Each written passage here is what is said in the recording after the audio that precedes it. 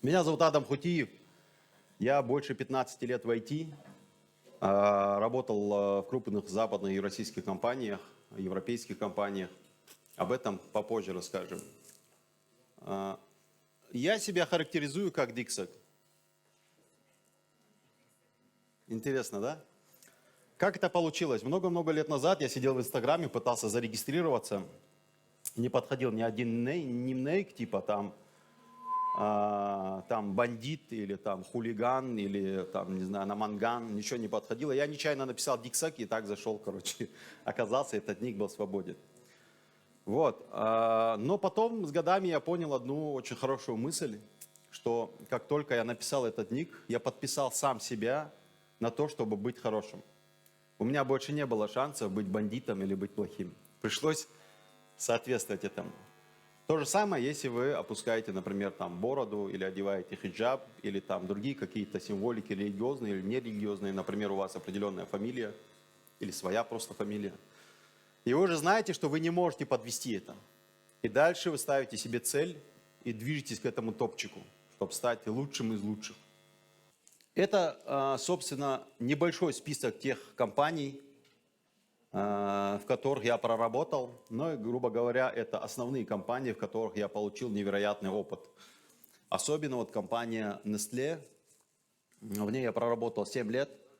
Это была колоссальная школа для меня, колоссальное развитие. Итак, кто знаком с компанией Nestlé? Отлично. Чем она занимается?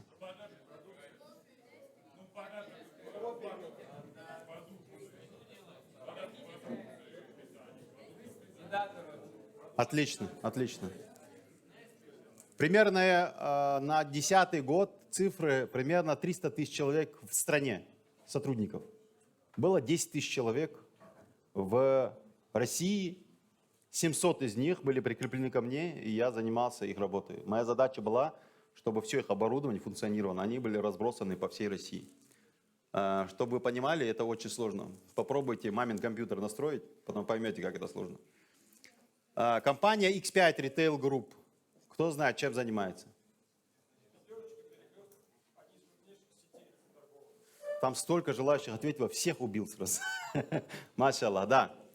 300 тысяч человек работают только в России. Ну, она, в принципе, только в России существует. 300 тысяч человек. Чтобы вы понимали, нас 500 тысяч, ну, примерно там, да? В республике, наверное, живет где-то 350 тысяч. Только в этой пятерочке сети работают 300 тысяч человек. Альянс – это компания, которая занимается страхованием. Давно за ней следил, не знаю, насколько она на плаву сейчас. Вот, Сбертехнологии, именно Сбертех – это подразделение, которое занимается… Кстати, кто знает, чем занимается Сбертех? Нет, не Сбертех. Нет. А я же вас знаю, молодой человек. Да, они занимаются, кстати, IT-образованием. У них школа 21, кто слышал? Да, вот школа 21 – это их продукт, и у них есть еще Сберкласс, который в школах тоже как бы электронную версию, но она что-то не идет, не особо хорошо идет. Мы с ними работали. Вопрос? Нет? Ну и наконец-то мой любимый Яндекс, с которым мы сегодня работаем. В Яндексе какие есть направления? Еще, такси, еще. Такси. Такси, кстати, мне чаще всего приписывают. Когда я говорю, я в Яндекс работаю, мне говорят, такси, я говорю, да, VIP. Навигация, отлично. Браузер еще. Маркет, отлично, маркет. Недавно рассрочка появилась, да? Ну, назовите отделение, в котором я работаю, давайте уже. Давайте так, кто назовет? Подарок можно приготовить, Ислам? Подарок можно приготовить? Легкий вопрос. Кто назовет подразделение, в котором я работаю, получит подарок? А руку поднимайте, чтобы я это... Подождите, вот, громче. Нет. Выгляжу, да, на безопасника? Молодец. Историю расскажу попозже. Напомни мне, руку подними. Нет, давай. Тоже искусственный интеллект? Не искусственный интеллект, Давай. Нет. Да, но подразделение я имею в виду. Это позиция. Проблем менеджер он имел в виду. Нет. Вот сзади парень руку поднял. А? Чего? Нет. Подарок мне можно забрать себе, если я отвечу? Кто сказал? Вот, поднимите руку, вот ему подарок. Остальным не расскажем? Так, подразделение называется Яндекс Селфкар. Это автомобили и роботы беспилотники. Автомобили без водителя ездят. Роботы доставки тоже сами прокладывают маршрут. И, кстати, на будущее, если вам подарок как бы очень понравился, но вы хотите сделать добро, можно еще раз разыграть его.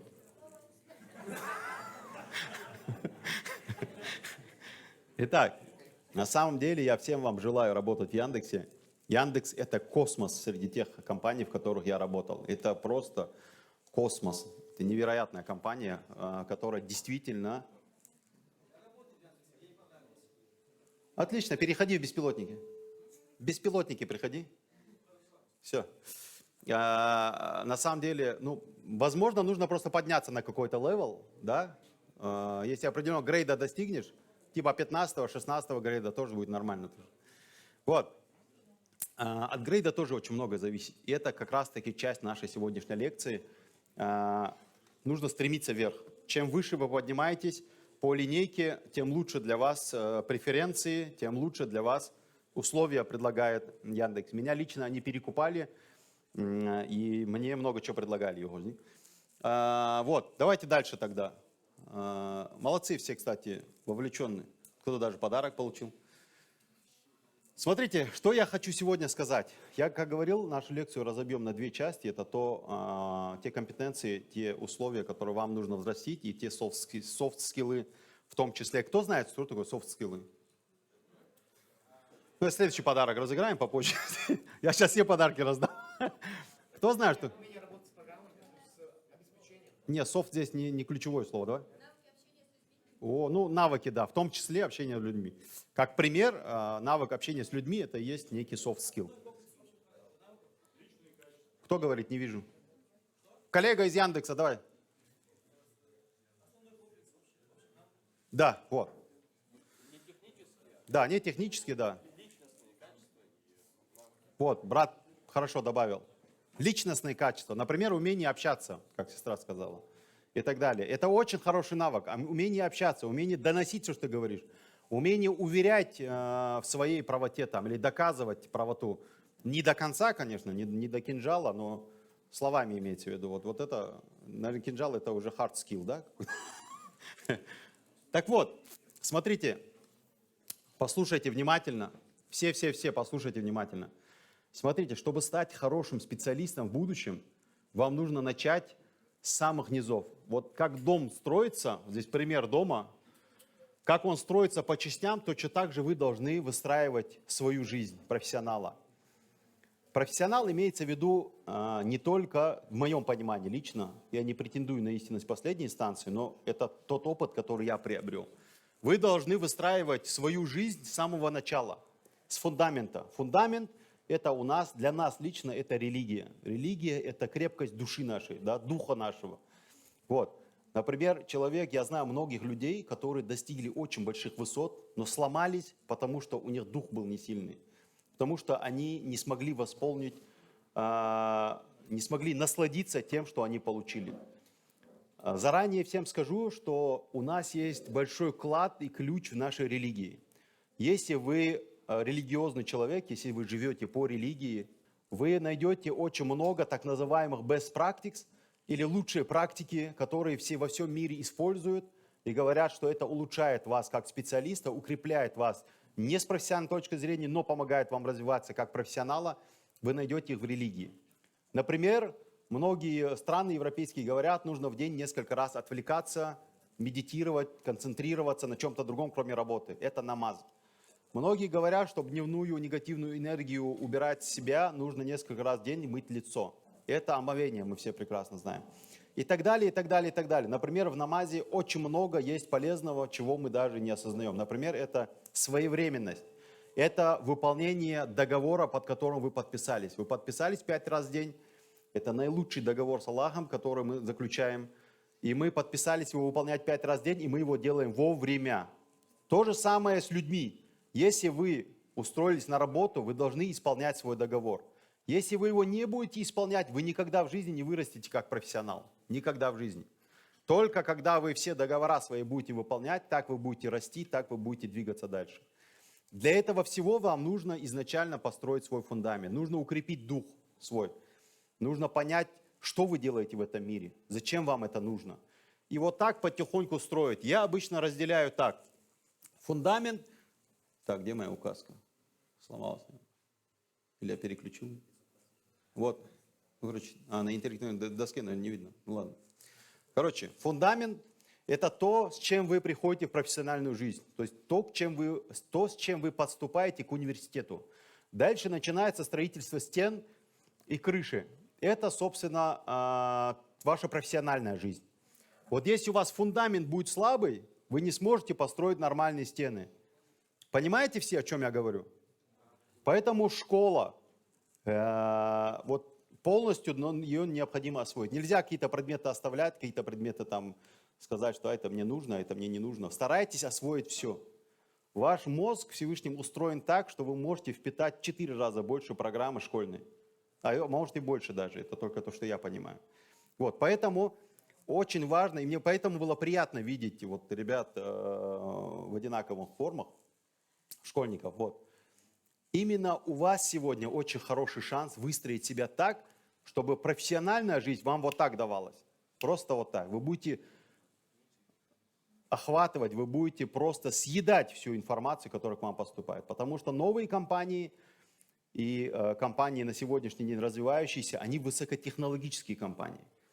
И когда базовыми условиями, например, даже я туда пришел, в некоторых моментах мне было сложно. Мне приходилось сутки, двое тратить на тот или иной вопрос. У вас это, еще раз повторюсь, если вы правильно построите свою жизнь и поэтапно ее распишете, это будет очень легко получаться. Кому непонятно то, что я говорю? Всем непонятно. Понятно?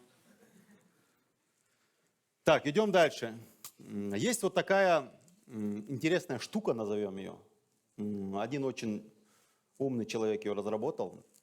Смотрите, у каждого человека есть, очень жаль, у каждого человека есть сферы жизни, и они все примерно гармонично должны развиваться.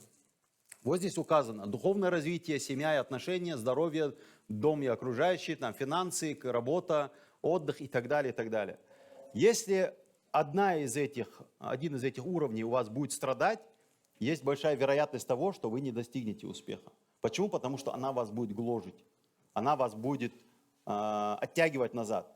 Поэтому каждый сегодня вечером нарисуйте вот такой круг себе дома и поставьте примерную оценку тем отношениям, которые у вас там на данный момент есть. И вот здесь очень наглядный пример. Распишите сразу план улучшения. Распишите сразу план улучшения этого уровня. Все понятно?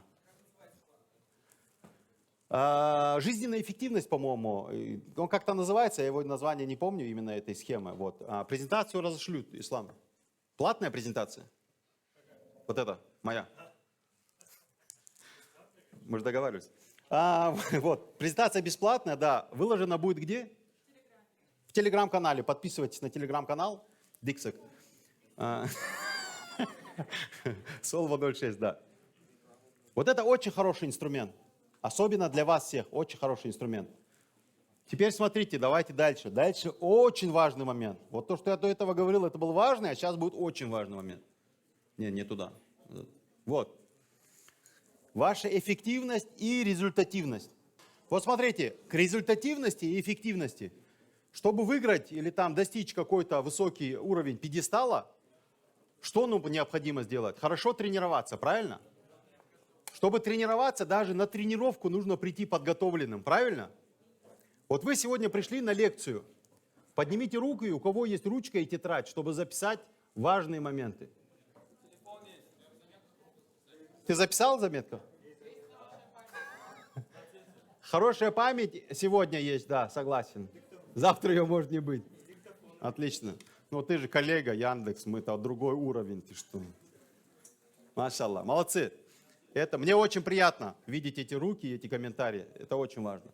Так вот, очень важно, вот предыдущий пункт, куда у нас делся, вот, вот, результативность и эффективность ваша очень важна в каждой из этих сфер. Например, тот же самый, где этот, хобби, отдых там и так далее. Можно пойти на углу постоять, семечки пошелкать. Эффективно? Но с точки зрения продавца семечек эффективно. С точки зрения вас неэффективно. Старайтесь ваш отдых, досуг или работа, чтобы она действительно была эффективна. Общаться, тратить время на отдых, это обязательно нужно. Так, тем самым вы отдыхаете. В свое время, когда я работал в Nestlé, у меня был коллега, который спустя год сказал мне одну фразу. Сказал, что он подсчитал, и за год он 1 месяц ровно играл в танчики. Я тогда подумал, страшное дело, как можно месяц потратить на танчики. Для меня это вообще, альхамдулилля, Аллах меня миловал, при том, что всю жизнь у меня было минимум 10 компьютеров, наверное, я никогда не болел играми. Ну, Counter-Strike чуть играл, конечно. Вот. CS 1.6, да, за терроров. Вот, короче, я тогда подумал, как он мог потратить такое ценное время. Но спустя некоторое время я понял то, что он так отрывался, он так отдыхал. И благодаря этому он был эффективен. Эффективен в своей профессиональной работе, имеется в виду. Но даже играя в эти танчики, он был эффективен и результативен. Где наш? Эффективен и результативен. Потому что он знал, какое там оборудование. Он знал характеристики каждого танка. Он знал, что им нужно сделать, чтобы достичь успеха. Вот в этом я имею в виду. Вот в каждом вашем деле должна быть эффективность и результативность. Например, сегодня пришли, взяли ручку и тетрадь, но при этом там общаетесь друг с другом. Все, результативность упала в ноль. Опять же, мы найдем отклик в нашей религии. Вы прекрасно знаете, что если на пятничной хутбе кто-то разговаривает, то его благо, которое он получает за хутбу, спускается до галочки, что он просто был, и все. Все бы, чтобы я или кто-то, какой-то ученый не говорил, имеется в виду с вашей профессиональной культурой, вы найдете отголоски в этой религии. Это безусловно. Так вот, вы во всем должны быть эффективны и результативны. Неважно, это мероприятие, это ваш поход, ваш отдых и так далее, и так далее. Например, я, если смотрю фильмы, в большинстве случаев, 90-95%, я смотрю только на реальных событиях фильмы. Я не готов потратить 2 часа на какой-то фильм, на выдуманную какую-то историю, ну, тем более там какие-то суперменов там и так далее. Это вообще неинтересно. Если я смотрю видеоролики, я стараюсь, чтобы они не были больше 20 минут, смотрю их там на скорости 1,25 или там 1,5, если диктор медленно говорит и так далее. Старайтесь экономить ваше время. Сегодня у вас куча времени. Вы не понимаете даже ценности и не видите, насколько ваш чан пуст или полон. Но я вас уверяю, ваше время очень быстро пройдет. Оно пролетит. И про это там на следующем слайде поговорим. Для многих здесь сидящих, не для многих, для некоторых здесь сидящих, они прекрасно понимают, о чем я говорю, и сейчас с грустью в глазах смотрят на меня, но мы не будем показывать пальцем. Только указка, да. Так вот, я хотел бы все-таки задержаться на этом слайде. Обязательно вечером к повышению эффективности сядьте и запишите все, что вы помните, если вы не сделали заметки. Если вы сделали заметки, пересмотрите эти заметки. Против каждой заметки напишите план на ближайшее время, на неделю, на месяц, на год. Если вы хотите действительно стать кем-то в этой жизни, если вы хотите стать не просто кем-то, а специалистом высокого уровня. И этот план вам необходимо будет развивать. На галерке общаются, смеются, их эффективность понизилась. Понимаете? Те, кто слушает, и те, кто поставил себе цель вечером это сделать, тот будет расти. Понятно? Вот теперь смотрите, про тех, кто сейчас разговаривает. Есть такая фраза «хороша ложка к обеду». Да? Всем понятна она? Обед не пришел еще у нас? Нет еще. Ложки нету. Вот. Смотрите, что я вам скажу. Сейчас очень-очень-очень важный момент. Послушайте меня внимательно. Пожалуйста, запишите себе в голове или на листочке, или где угодно. Ваш возраст от 18 или от 20 до 30 лет пролетит как 1 секунда. Я вас уверяю, в 30 лет вы откроете глаза и не поймете, как вам стукнуло 30 лет. Потому что именно этот возраст пролетает просто мгновенно. И именно этот возраст является фундаментом для вашей профессиональной жизни.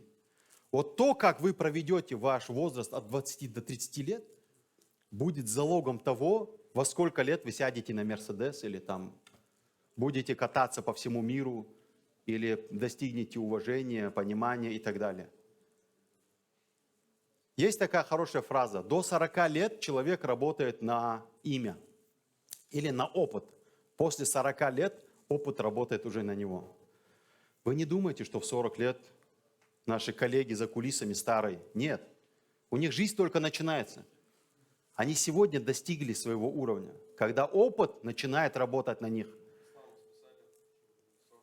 Ислам, я не говорил ничего, это он сказал. А я не показал пальцем. У меня указка не работает. Нет, работает. Так вот, смотрите, это очень важный, серьезный момент. Смотрите, насколько вы будете эффективны в этом возрасте, вот начиная с сегодняшнего дня для команды в сине-белых формах и для остальных тоже. Есть люди, которые старше этого возраста, они меня прекрасно понимают. Они сегодня пытаются прочитать 2 страницы, когда вам достаточно прочитать половину. Понимаете? Я знаю человека, который там в 60 лет поехал в Аль-Асхар и закончил ее там за 5 лет. Хотя там были ребята наши, которые 10-15 лет уже учились. Он говорил, им приходилось полстраницы 1 раз прочитать, и они были готовы. Мне необходимо было, говорит, 20 раз эти полстраницы прочитать, и то я, говорит, не мог запомнить. Но он трудился. Это труд. Это в первую очередь труд. Если вы думаете, завтра сделаю, то ваш успех придет в 50 лет. Понимаете? Это как сегодня, если отсюда в сторону Киблы отклониться на 2 градуса, говорят, от Киблы отходишь на 200 километров. Понимаете? Если вы сегодня отложите свой успех, свое развитие на утро, вечером отложите на утро, знаете, что ваш успех придет на 5 лет позже. На 5 лет, понимаете? Это огромное время. Поэтому ваш возраст с 20 до 30 лет, берегите каждую минуту этого дня. Обязательно будьте эффективны. Чтобы быть эффективными, обязательно стройте план. Обязательно записывайте все на бумагах. Самые важные, самые крупные цели повесьте у себя на стене в комнате, чтобы вы, заходя, видели, кем вы хотите стать. Понимаете? Понятно, о чем я говорю?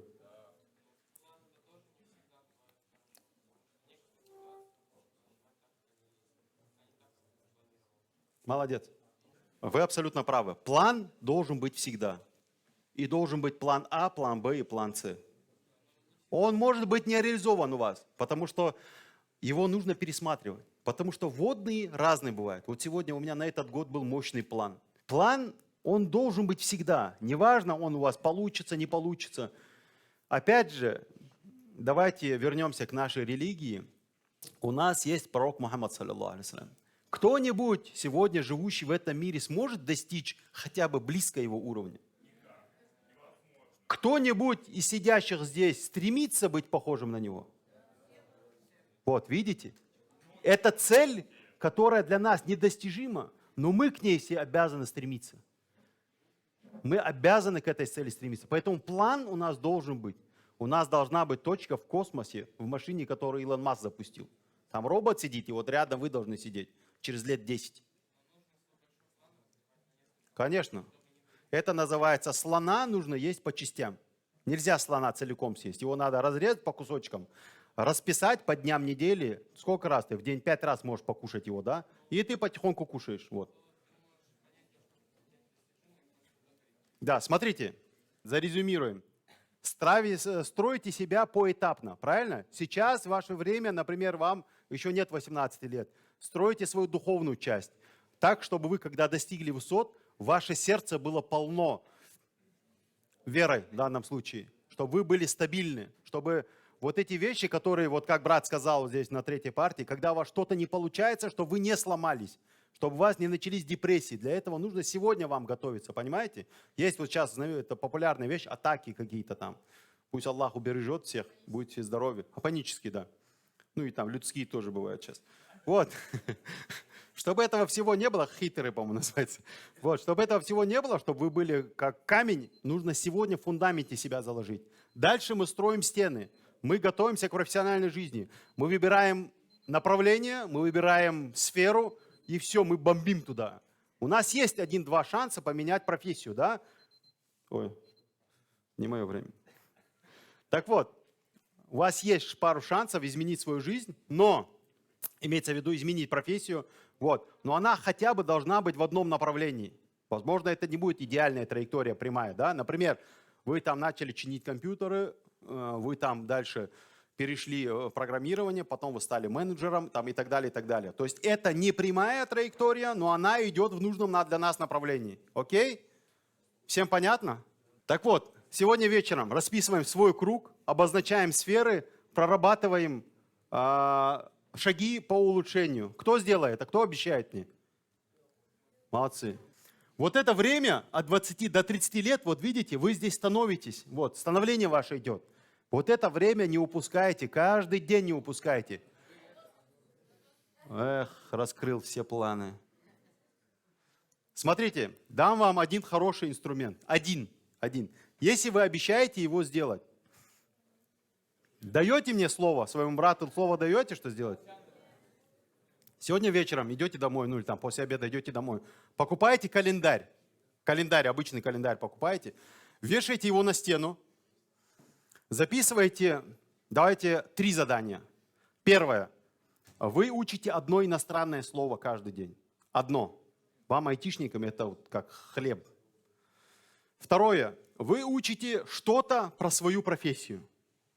Окей? И третье, на ваше усмотрение, что вы хотите улучшить в себе. Вот 3 пункта в каждый день запишите. 1, 2, 3. Где-то там распишите, что 1 это, 2 это, 3. Кому непонятно? As for you, как тебе угодно. Например, ты хочешь стать качком, или там улучшить себя, или ты хочешь там что-то параллельно, хобби какое-то развивать. Вот в этой области. То, что интересно тебе, то, что мотивирует тебя. Окей? Вот 3 пункта туда расписываете.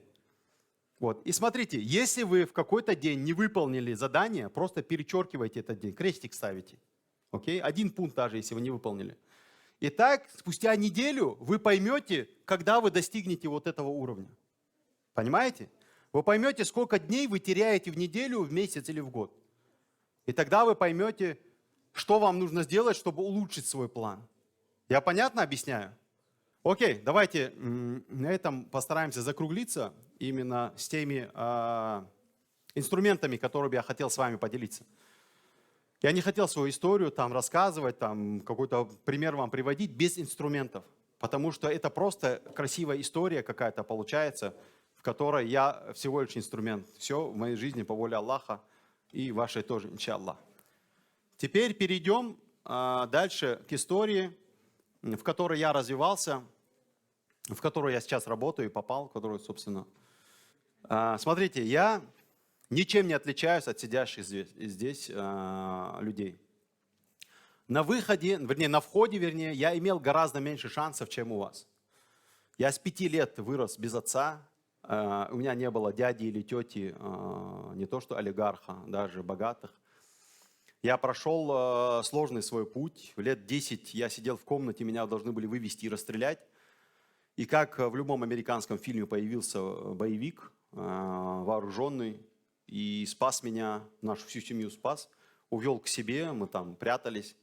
И в итоге там окольными путями, можно сказать, полями мы вернулись в нашу республику. После этого был тяжелый период становления, чтобы вы понимали, в вашем возрасте, вот в возрасте абитуриентов, я пешком ходил в учебное заведение, у меня не было денег заплатить за проезд. Я пешком ходил километров 15 на учебу, возвращался оттуда, брал сумку и шел в спортзал еще. Вечером, совершая намаз, мои руки меня не держали. Я делал намаз на голове. Ну, потому что сделать надо было, а в руках сил не было. И вот так, но при этом, при всем, именно в этот момент, а я как раз таки поступил в первую очередь в колледж. Как и брат сказал, не всегда бывают подъемы. В университет я не прошел и поступил в колледж. Хотя по информатике я выступал на олимпиадах там, и так далее, мне это было интересно. Но это была совсем другая информатика. Это был экран, на котором ты что-то нажимаешь, какие-то символы отображаются. Тогда Windows не было там и так далее, операционной системы. Имеется в виду, не было там, где я учился. Так вот, при этом, при всем, поступив в колледж, я на 2 года сам себе запретил смотреть телевизор. 2 года я туда не смотрел вообще. Я учил то, что я не понимал, я зубрил. Я грыз гранит просто науки. В первый день практически нашей учебы в колледже зашел директор и сказал такую фразу: ребята, сегодня вы можете изменить свою жизнь. Именно сегодня у вас есть шанс, чтобы изменить свою жизнь. Если вы этого захотите, и если вы это примете своими сердцами. Машаллах, какая тишина, да? Вот приятно. Записал ты? Потом мне отдельно скинь ролик. Вот. И эта фраза легла мне в сердце. И с этого дня я не получил ни одной тройки. При том, что я не был подготовлен к студенческой жизни, но я грыз этот гранит. Я сделал все, чтобы приобрести эти знания. На 2-м курсе я исправлял преподавателей, которые учили нас программированию. Я говорил, что вот там, скорее всего, другой тег должен стоять, вот здесь, скорее всего, не так. На 4-м курсе преподаватель, когда мы сдавали контрольный, говорил: пускай Хутиев проверит, потом можете сдавать мне. Это же продолжилось потом в университете. Но в университете я более вальяжно себя чувствовал, потому что колледж мне дал очень большие знания. И вот тот фундамент, если говорить про профессиональную жизнь, заложил во мне именно колледж. Там был очень хороший подход. Мы месяц учились, и весь октябрь мы программировали. У нас было около 40 или 60 заданий, которые нужно было сделать. Разные абсолютно. Сделать игру, какие-то фигурки вывести, тетрис-игру сделать, теннис-игру сделать и так далее. Но это был очень хороший подход. Грубо говоря, в ноябре мы уже понимали, кем мы будем и что мы будем делать. Хотя, когда университет заканчивали, опять уже не знали, чем будем заниматься, потому что мир полностью поменялся. Вот. После этого я устроился техником в компанию, в Нальчике. Я пришел на работу и сказал, что мне нужна работа. Мне сказали: вон к заму обратись. Я подошел, говорю: мне нужна работа. Вот я от него, от директора. И зам мне говорит: хорошо, сколько тебе нужно зарплаты? Я говорю: мне не нужна зарплата, я пришел за опытом. Он говорит: ну так не бывает. Он говорит: хорошо, мне, говорит, тебя нужно мотивировать. Как мне тебя мотивировать? Мотиватор — это самая главная часть, заинтересованность, вовлеченность в процесс. То ровно она дает ту эффективность, о которой я говорил, понимаете? Никому не говорите. Так вот, и я ему говорю: вы меня возьмите на работу, я говорю, я свою эффективность вам покажу. Я примерно работал там полгода, со мной работали акулы своего дела, просто реально акулы эти ребята были. Но ни один месяц они не получили зарплату больше меня, потому что зарплата была сдельная. И я собирал, разбирал и делал все, что знаю и не знаю в этом. И вот как брат говорил, вот помнишь, я тебе говорил, руку подними, когда я про себя буду рассказывать. Когда я выносил компьютер, там наверх, когда клиент приходил, мне говорили: не-не, нам не охранник нужен, нам человек, который чинил компьютер, нужен. Я говорю: я его чинил. Они удивлялись. Ты, говорит, чинил? Я говорю: да. Меня никогда не воспринимали как айтишника, всегда думали, что я на спортфаке учусь. Даже в университете, когда я учился, думали, что я на спортфаке учусь. Вот. И вот так я начал грызть этот гранит. Меня это затягивало, привлекало очень сильно. Все благодаря труду.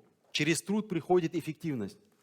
Потом мне позвонил мой брат, он жил в Москве в это время, он сказал: нужно приехать. А я как рыба в воде себя чувствую в Нальчике. Я уже там с министрами работаю, там вопросы решаю, именно по IT-части имеется в виду. Там. Меня привлекают, знают, что если меня отправили, то я это точно сделаю там, и так далее. Смотрите, братья и сестры, я очень не люблю, я сейчас не хвастаюсь, я просто вам делюсь опытом, который у меня был в жизни. Потому что там ислам попросил меня: на тебя буду валить. Вот, я говорю, мне здесь очень хорошо. Мне очень хорошо. Вот тоже вопрос был, сколько работать и так далее. Я с 8 до последнего клиента, можно сказать, работал. Мне не важно было, во сколько я домой приду, мне важно было набраться опыта, попробовать что-то новое сделать. Ну, мне брат позвонил, сказал: срочно вылетай в Москву, билет куплен, все, финито ля комедия, короче. Я вылетаю в Москву, это было воскресенье, как сегодня помню, 2006 год. В понедельник у меня, на понедельник, на вторник у меня уже собеседования назначены. Я прихожу, первый это был банк, и меня в банке спросили один вопрос. Что делает команда Ping? Ping проверяет, находится ли то или иное устройство в сети. То есть она отправляет пакет туда, получает его обратно и говорит, да, этот компьютер или этот сервер, там, он в сети. Иногда, когда нужно проверить, например, сеть, можно пингануть я.ру, Яндекс, да, в котором я работаю, которая крутая компания, знаете, да? Вот это, да, я.ру, да. Вот. Ислам, я нормально пока? Не опаздываю? Ты видел? Вот. Мне задали этот вопрос, я ответа не знал, но это, короче, это база, это просто все равно, что в школу зайти и сказать 2 плюс 2 сколько будет. И вам говорят 8, 9, но не 4, короче. И вот так мне сказали аривидерчи, я ушел. Но уже во вторник я нашел работу. И мне сказали выйти в четверг. Я сказал, ну, я только приехал в Москву, никогда здесь не был, я бы хотел бы в понедельник выйти. Они говорят, да, проблем нет, давай. Я пришел домой и получил, конечно же, хорошую мотивацию от брата, который сказал, ты сюда зачем приехал? Я говорю, ну, я чуть-чуть отдохну хочу. Он мне сказал, отдохнешь в могиле, так что давай выходи на работу. И я вышел на работу, 70% речи, 70% разговора своих коллег я не понимал. Это был другой мир вообще. Они обсуждали какие-то там бластеры, мластеры какие-то там, еще что-то. Ну, они там игры обсуждали, они что-то там покупали, продавали, доспехи, там еще что-то. Ну, короче, я не понимал. Но вот кто смотрел «13-й воин»? «13-й воин» фильм есть. Араб с викингами там. И вот он среди них находится, и там через какое-то время начинает учить и отвечать им на их языке. Вот такая ситуация у меня была. Я сначала не понимал, но везде ходил с ними. Они мне, кстати, говорили, ты, говорит, не куришь? Я говорю, не курю. Они говорят, не хочешь работать, научись курить. А я, к сожалению, хотел работать, поэтому курить я до сих пор не научился. Алхамдулилlah. Вот, это, кстати, очень сильно убивает время, и вы неэффективны абсолютно. Я считаю, что тот, кто курит, он вот ему пощечину дают, он говорит, спасибо, вот вам деньги, пожалуйста, вот вам деньги. Вот он еще платит за то, что его травят. Я проработал в этой компании примерно месяц, и меня перевели вот как раз-таки в Альянс. Вернись. В компанию Альянс Рост на жизнь, это немецкая компания. Перевели меня ровно потому, что там был такой закон или условие, что если человек выполняет 9 заявок в день, то у кого-то сломался компьютер, не работает, ПО, ты пришел, починил, заполнил лист, тебе расписали, что ты починил, ты больше ничего мог не делать в этот день. Я таких законов больше никогда нигде не слышал. Но там такое условие было. Ваш брат решал по 19 заявок в день, и как бы были бы еще, он еще решил бы. Что я был голоден на работу, ну просто невероятно. И меня позвали и сказали, вот за твой труд, за твой успех, мы тебя переводим в немецкую компанию «Альянс Рост на жизнь». И, чтобы вы понимали, в Росно, в том здании, которое мы обслуживали, сидели примерно 1200 человек. В Альянс Росно, куда нас перевели, сидели примерно 300 человек. Мы там перерыли, переласкали, там, перелопатили все, что можно, наверное. Все сервера, все провода, кроссовые и так далее. Вот эти, наверное, фотографии, Ислам, ты меня просил, надо было вот их вставить. В следующий раз тогда исправлюсь. Вот, мы все, что можно, там сделали за месяц, и уже не знали, чем дальше заняться. Ну, короче, я дальше начал искать работу, я понял, что я там деградирую, а не развиваюсь. Как раз-таки пришел запрос от компании Nestlé.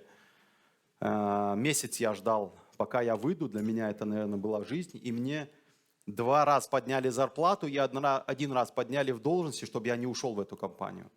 Но условия Nestlé, конечно, были совсем другие. Это примерно как сегодня я рассказываю про Яндекс, тогда это был космос. И я, конечно, принял решение уйти. И мне сказали, что в любое время, когда ты придешь к нам, работы будешь иметь. И попрощавшись на этой хорошей ноте, я с ними завершил сотрудничество, перешел в компанию Nestlé. Ну а дальше Nestlé, это вообще, это отдельная история, ребят. Это просто космос в моей жизни. Всю школу, которую я получил в Nestlé. Я сменил там 2-3 должности, наверное, и успел прособеседоваться в Европе, и даже теоретически устроиться в Европе успел. Посмотрел весь мир благодаря этой компании. И, в общем, для меня до сих пор это, наверное, как фейерверк эмоций для меня эта компания. Когда я только туда пришел, постараюсь коротко рассказать за 2 секунды. Когда я только туда пришел, я занимался IT-саппортом. Есть такая позиция IT-суппорт. Это поддержка компьютеров и софта. Вот. Затем я попросил мне отдельное направление, чтобы показать свою эффективность. Эффективность, помните, да, эффективность там была? Уже не все помнят, уже забывать начали. Вот, благодаря этой эффективности мне дали 700 человек людей, которые, в принципе, там 2 слова мата говорили, а потом только там вспоминали богатый русский язык. Пришлось сначала их настроить на правильную волну, чтобы они нормально общались. Ну и потом так получилось, по воле Всевышнего, что у меня очень хорошо получилось построить их работу. Что это за люди? Это люди, например, есть центры, например, Ростов. Есть люди, которые живут отдаленно, начиная от Чечни, Ингушетии, Северной Осетии, Кабардино-Балкарии и так далее. У них есть ноутбуки, у них есть мобильный телефон. Все. И тогда не было таких нанотехнологий, которые есть у вас сегодня, когда все оборудование само настраивается, вам достаточно один VPN, включить или точку доступа и все. Приходилось по 3G связывать их, приходилось коммуницировать с местными провайдерами и так далее. Это была колоссальная работа, которую я проделал. Вот. И, наверное, через год или через 2 мне предложили первую менеджерскую позицию. Хотя в компании была тотальная дедовщина, и там считалось, что человек должен продвигаться тот, кто первый пришел. Когда я пришел, там люди уже там, по 5-7 лет работали. И благодаря этому продвижению все думали, что у меня там где-то сидит дядя или тетя, и не могли представить, почему я так быстро двигаюсь. Смотрите, есть компания. Здесь у нас много людей. Вот так. И, грубо говоря, в этой компании есть IT-отдел. IT-отдел. Вот у этих людей, их много, да? У них могут быть много запросов. У кого-то компьютер не работает, у кого-то сеть не работает, у кого-то папка общая не работает, у кого-то доступы, VPN, и так далее. Вот здесь они не могут звонить всем подряд, все, кто здесь сидит. Поэтому в каждой компании есть первая линия поддержки. Называется она обычно сервис-деск. Этот блок или эти люди обычно закрывают по стандартам ITIL, опять, про которые я попозже расскажу, 70% запросов. То есть если 100 звонков в месяц поступило, вот эта группа должна закрыть 70 из них. Понятно? Помочь пользователям в 70%. Дальше идет вторая линия поддержки. Это обычно сетевики, люди занимаются сетью и так далее. Они решают примерно, наверное, сколько здесь получается? Ну, примерно еще 25%. Я по ITIL, правда, не помню сколько, но примерно 25%. И есть еще третья линия поддержки. Она обычно бывает в крупных западных компаниях, она за границей обычно где-то в Европе или в Америке и так далее. Она решает там 5% поступающих запросов. Но это уже какие-то серьезные запросы. Если здесь срок решения бывает там, от 2 часов до 8 часов, да, то здесь это обычно бывает там, примерно 5 рабочих дней. А вот здесь бывает и месяц, бывает не обговаривается даже. Потому что здесь особенно сюда попадают. Инцидент – это когда что-то работало и перестало работать. Это вот очень простыми словами. Это событие, которое произошло, и, неожиданно понятно, хотя, может быть, запланировано, но в редких случаях. Вот. Так вот, смотрите, в компании бывают обычно инциденты, что-то не работает. Постоянно, эту величину нужно контролировать, потому что если она будет расти, компания будет меньше зарабатывать деньги. Понятно, да? Не работает. Например, машина, она постоянно ломается, нужно понять, что там ломается, как часто она ломается, сколько вы на это тратите деньги и так далее. Так вот, я что сделал? Я взял и все инциденты, поступающие в компанию, и разбил их там по блокам. Например, здесь ломается компьютер, здесь ломается принтер, да? Здесь недоступна папка. Вот, и так далее, и так далее, и так далее. Я посмотрел, какое количество всего инцидентов поступает на ту или иную долю. Например, здесь было там 100, здесь было 9, здесь было 2. Я понял, что мне нужно работать вот с этим. Я его выделил. Вот это сотрем. Вот так выделил его. И начал разбираться с ним. И вот так поэтапно мы смогли уменьшить эти проблемы. Например, маленький пример приведу. Очень часто люди забывали пароль свой, особенно после дня рождения, праздников каких-то. Начинались звонки шквальные на сервис-деск, там, я забыл пароль, помогите. Мы разработали self-service-систему. Моя компания называется, мое подразделение называется Self-Serving Car, да, то есть когда человек сам себе помогает, или там автомобиль сам себе помогает. Человек здесь задает 3 или 5 секретных вопросов, и когда он забыл пароль, он может со своего компьютера или с компьютера соседа ответить на вопрос и сбросить сам себе пароль. Тем самым он нас вообще не парит, нам не звонит. Вот ровно такие инструменты мы разрабатывали и начали. Например, в плане принтеров очень много было проблем. Тогда это было ново, когда мы ее внедряли, эту систему, когда человек может прийти, приложить свой бейджик, и печатается именно его материал. Очень часто бывало, когда люди печатали и не забирали, забывали забирать. Там, печатали несколько раз презентацию, печатали на другой этаж презентацию. Это много проблем вызывало. Так вот, помимо этого, мы еще и сократили наши косты, имеется в виду, сохранили деньги. А бумаги гораздо меньше начало печататься. И вот так мы начали освобождать, вот это мы откусили, и у нас получилось там, не 50, конечно, процентов, но 30% свободного времени для сотрудников. Мы начали их обучать. Мы сделали из первой линии поддержки, мы сделали полуторную линию поддержки, забирая вот у той второй линии поддержки какие-то инструменты. Тем самым улучшали свой процесс. Что мы делали? Мы становились эффективнее, правильно? Вот это ведет именно к вашему росту. Именно эффективность вам дает рост как профессионала в геометрической прогрессии. В общем, проработав 7 лет и посмотрев там большую часть мира, мне, конечно, стало скучно, я захотел идти дальше. Я думал, я мощный, я сильный, я все смогу. Я открыл свою частную компанию по строительству домов. Никому не говорите. Мы строили дома из бруса. Идея была бомба вообще, короче. Там бабки должны были лопатой грести, короче. Мы, конечно, обрадовались. Причем это я сделал со своим руководителем, который меня взял и с которым мы 6-7 лет проработали в этой компании. Я решил, короче, сделать бизнес со своим руководителем. Мы построили дом. Как только мы залили фундамент, конечно же, этот дядя на долларе поменял свои цели, и доллар упал. И мы, конечно, ушли в минус. Но здесь пришлось, короче, возвращаться к тому, что ты умеешь делать хорошо. Я вышел в IT-компанию на позицию IT-менеджера.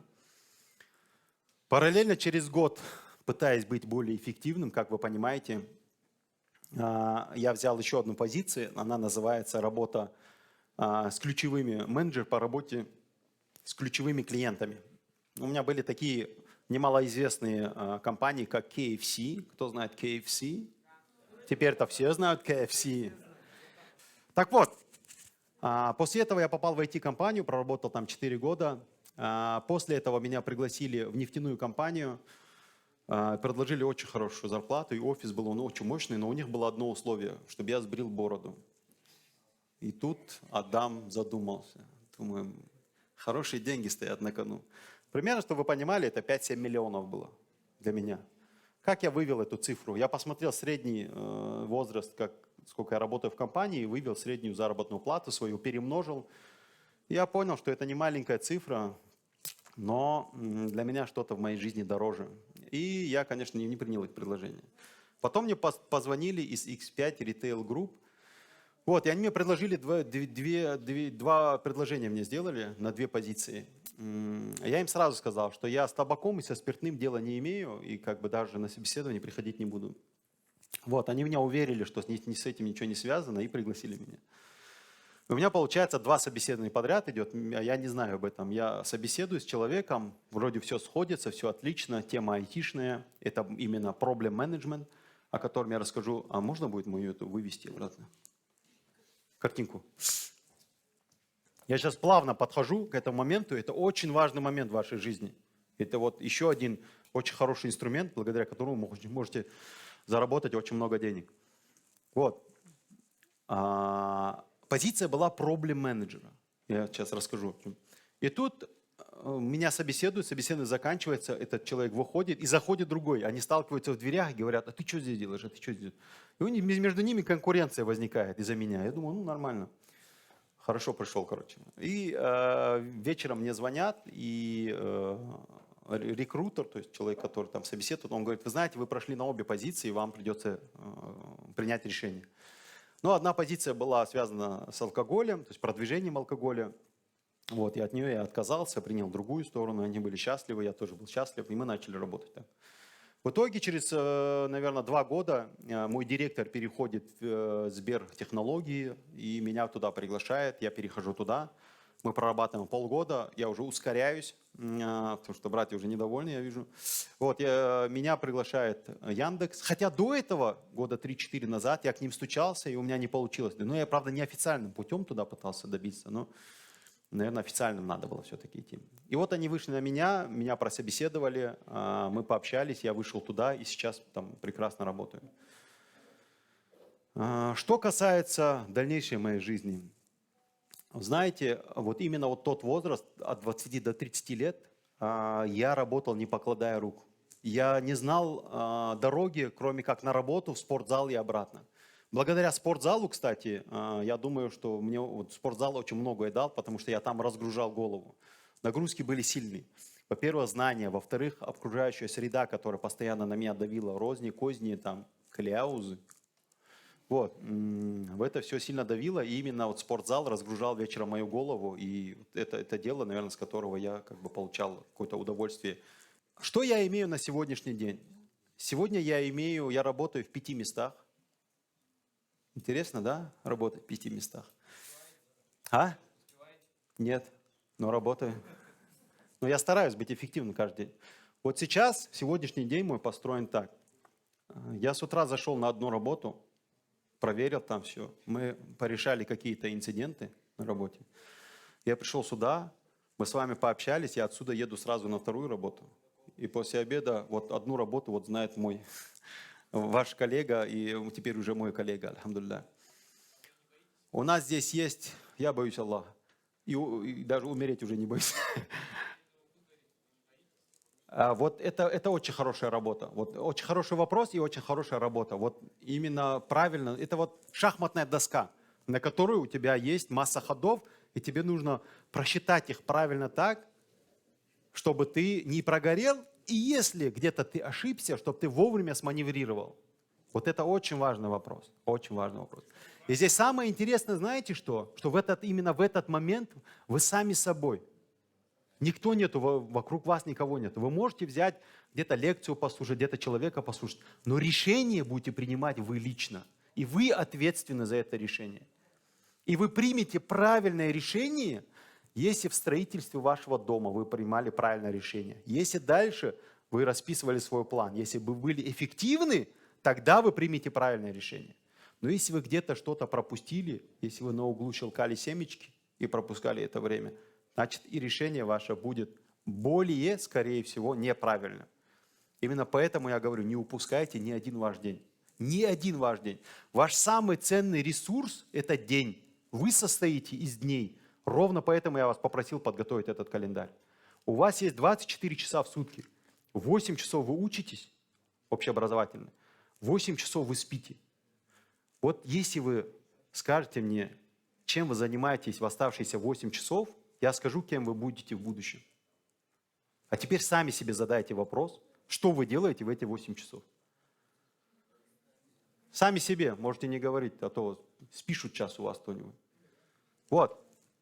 Так вот, как минимум, чтобы вы понимали, мы сегодня открыли первую международную IT-школу в Ингушетии, называется на Кибер One. В ней, я могу это говорить, да? В ней 60 модулей. 60 модулей, каждый, который как отдельный курс. Там есть и программирование на 5-6 языках, создание приложений на мобильный телефон, создание веб-сайтов, кибертехнологии, кибербезопасность, VR-технологии, QR-коды, чат-боты и так далее. Чтобы вы понимали, те дети, которых мы вырастим, а мы их учим с 6 лет до 14, будут на 3 головы выше вас. На 3. Самого младшего тут, который там через 20, через 10 лет станет гением. Понимаете? Мы вам взращиваем огромную конкуренцию. Если вы сегодня один день пропустите, я вам обещаю, что мы ваше место займем. Я угрожаю дурью. Так вот, сегодня вы не... Они готовятся вовремя. И у них есть большой, огромный потенциал. Сегодня 4-5 месяцев они ходят, они уже игры свои создают. Они в фотошопах уже как наши мамы на кухне справляются. Понимаете? Это очень мощная поддержка, которая растет. Вот. И это только один такой проект, в котором я работаю. В следующем году мы запускаем первый IT-колледж на базе IT-компании, тоже в Ингушетии. Это будет очень мощный инструмент. Ждите, подписывайтесь на Dixak, узнаете. Вот, помимо этого, у нас была много лет благотворительный образовательный проект, назывался он «Индустрия успеха». Абсолютно бесплатный для всех проект. Мы трудились, как вот сейчас ислам трудится, на благо будущего, скажем так. И это много дало мне, почему это про этот проект сейчас сказал, это много, оно мне не дало финансово, оно мне не дало денег, оно меня не сделало богатым именно финансовой точки зрения, но оно меня обогатило в плане коммуникации.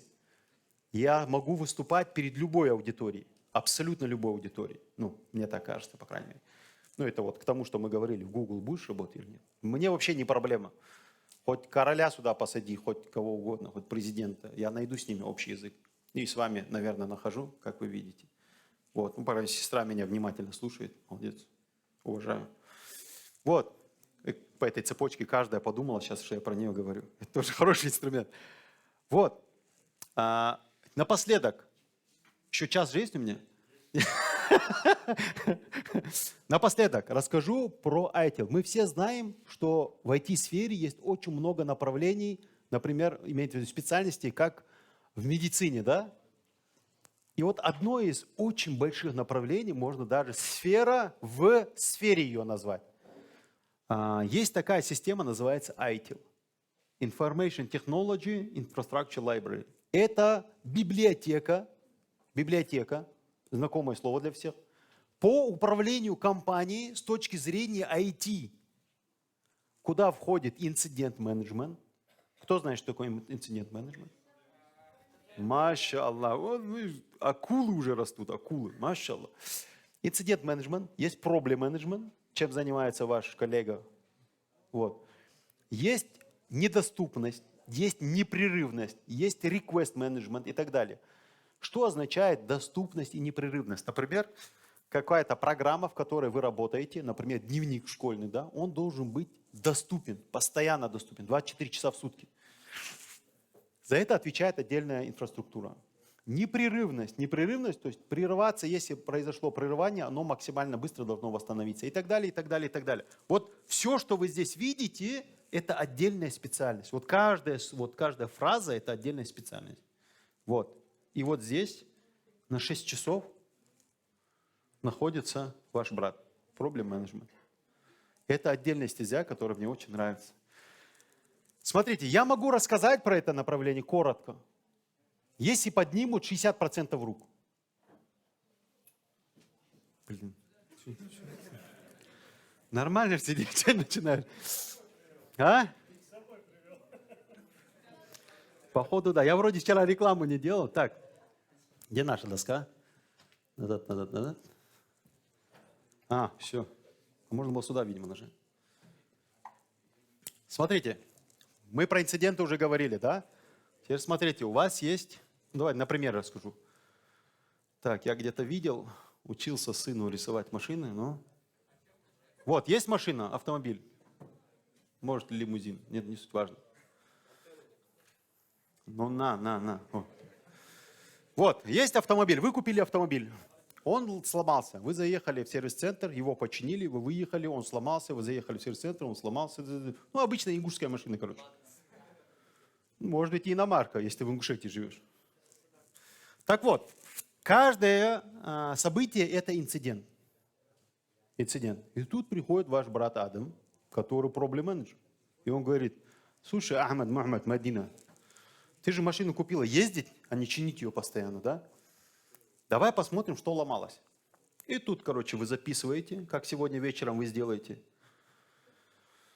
Вот, и смотрите, ломался двигатель, ломалась коробка. Вот. Так, вот это вам не интересно. Он один раз ломался, его починили, больше не ломался. Но двигатель у вас ломался 3 раза. Вы приходите в этот сервис-центр и говорите: слушайте, люди, вот я сейчас сделаю в Dixak пост, и к вам больше никто не придет. Давайте поймем, разберемся, что с этим двигателем. Они говорят там: Аллахи, я его 4 раза чинил, не работает, Ты говоришь: хорошо, давайте завтра высвободите полчаса времени, и мы все созваниваемся. Адам находит Адам находит контакты производителя этого двигателя, собирает всех вместе, владельца, вместе садится за стол и звонит владельцу, производителю двигателя и говорит: Александр, дорогой, dear Alexander, listen to me. Вот у нас есть такая ситуация. Сейчас давайте воспроизведем цепочку. Я говорю слово владельцу автомобиля. Он говорит: я ехал 150 километров в час, ракета включил, двигатель сломался. Да? Вот. А который двигатель чинил, он говорит: не может такого быть. Там стоит защита, двигатель почему-то по-другому ломался. Но каждый раз, когда я чиню, оттуда выпадает почему-то болтик. Соответственно, производитель двигателя говорит: короче, мы посмотрим и к вам вернемся обязательно через пару дней с обратной связью. Через пару дней он звонит, говорит: вы знаете, у нас там оказалось лишнее отверстие, мы вам высылаем новый двигатель, потестируйте его, если он у вас будет работать, то мы вернем всем двигатели, кто купил наши машины. И вот так решается проблема. Understand? Еще один маленький пример. В X5, последний пример, третий раз. Последний пример. Смотрите, X5, в ней 55 тысяч было, где-то 60 тысяч пятерочек в России. 60 тысяч пятерочек в России, можете представить себе? В каждой пятерочке минимум 3 кассы стоит. Минимум 3. Это сколько получается? Маша Аллах. Они реально математики, мне кажется. Страшно смотреть на этот рисунок. Смотрите, давайте дальше, смотрите. В больших ритейлах, больших магазинах очень большая борьба идет на клиентоориентированность. То есть клиент должен быть доволен. Первое. Второе. Он должен минимум времени проводить на кассе. Поэтому даже в Leroy Merlin, если кто-то был, вы видели, терминал оплаты стоит чуть дальше. Зачем он стоит? Вы товар дали, вам говорят: оплатите 5 рублей. Вы делаете шаг, чтобы оплатить, и все, следующий встал. И вам уже некуда возвращаться. И вы берете вещи и уходите. Тем самым они ускоряют процесс даже механически. Здесь, мне оказывается, вообще не видно было. Так вот, они ускоряют процесс механически. Что было в X5? Человек приходит, покупает, что-то на кассе стоит, и тут перезагружается касса. Это минимум минуту. Это крах просто. Это трэш. Начали смотреть, что происходит. Оказалось, что долгими манипуляциями поняли, что это статика, статическое электричество. Кто знает, что статическое электричество, неважно. Короче, оно било по материнской плате. Материнская плата, знаете, что? А отцовская, кто знает, плата? Машаллах. Не поймаешь их, слушай. Молодец. Не знаю, кто говорил, но молодец. Короче, смотрите, он бил по материнской плате, перезагружал компьютер, а касса это, собственно, является компьютером. Соответственно, перезагрузка занимала около минуты, и это было, короче, страшно. Начали проверять, что такое. На кассе есть фискальный аппарат, который чеки печатает. Поняли, что беда начинается оттуда. Теперь смотрите, послушайте, 180 касс, тысяч касс в России, можете себе представить? На каждом стоит один фискальный аппарат. Они решили, что нужно на каждый этот фискальный прикрутить железку, которая будет сбивать это статическое, снимать статическое напряжение. Разработали 10 штук пилотных, разослали их в магазины. Это колоссально. 1,5 года идет эта проблема. Эту проблему мы решали 1,5 года. То есть до моего прихода она решалась и решилась вместе со мной. В итоге, спасибо за комплимент, да, в итоге мы начинаем параллельно все равно воспроизводить на тестовом стенде, и проблема не уходит. Мы что делаем? Мы просто меняем в какой-то момент бумагу синей на черную, и проблема проходит. Эти чеки, они есть с черной печатью, есть с синей печатью. Оказывается, синей печати, именно в печати, были химические свойства, которые, собственно, накапливали эту статику. В итоге мы отправляем запрос на склад, сколько у нас синий и черный, нам приходит ответ, что они одинаково маркированы. То есть мы не знаем, сколько у нас синий, сколько у нас черный. Мы в закупке сразу отправляем запрос, чтобы больше не закупали синюю. В каждый из магазинов мы отправляем двойную партию этой бумаги, чтобы если им попала синяя, они выбрали черную. И тем самым в итоге из 12 тысяч инцидентов, на цифре 12 тысяч инцидентов мы решаем эту проблему. И все, на сегодняшний день она не существует. Вы представляете себе, 12 тысяч инцидентов. Минимум один раз, чтобы решить один инцидент, это уходит времени там 2 минуты IT-специалиста, только IT-специалиста, не говоря о остальном все. Кто умножит 1 на 12 тысяч, сколько будет? Блин, гений, слушай, вообще, машаллах. Вообще математики настоящие. Так вот, а сколько бы еще было бы инцидентов, если бы мы не поймали эту проблему? Еще гораздо больше. Так вот, таких проблем у меня было 180, чтобы вы понимали. 180, понимаете? И мы их уменьшили до 80, потом мы сняли порог, у нас был порог, что есть минимум 10 инцидентов должно быть, чтобы зарегистрировать проблему. Так вот, это только одна стезя проблем-менеджмента. На часы претендуешь? Вот видите, это уже звонок. Итак, наверное, все, что я хотел вам сказать, я вам поделился тем путем, который я прошел, не имея и половины той базы, которая есть у вас на сегодняшний день гораздо больше шансов достичь к лет, я думаю, 27-28 того, что у меня заняло примерно там до 40 лет. Самое главное, поверьте в себя. Самое главное, постройте свой план, постройте свою цель, распишите эту цель, разбейте ее как слона. Потому что если вы, например, хотите в конце года купить машину, то в каждом месяце у вас должно быть там примерно, не знаю сколько, 15 тысяч попадать в кошелек. И если вы понимаете, что в какой-то месяц вы 15 не положили, то в следующем вам придется там 20 или 30 положить. Понятно? Постройте свой план, идите к нему. Эта жизнь принадлежит сегодня вам. Она в ваших руках. В 30 лет либо ваши друзья будут смотреть на вас и говорить, как ты этого достиг, либо вы это будете им говорить. Понимаете? Понимаете, о чем я говорю? Сегодня весь мир в ваших руках. Весь этот мир в ваших руках. И все, кто бородатые здесь сидят, вам завидуют. Понимаете? Все, я тогда закругляюсь. Аллах рясхал.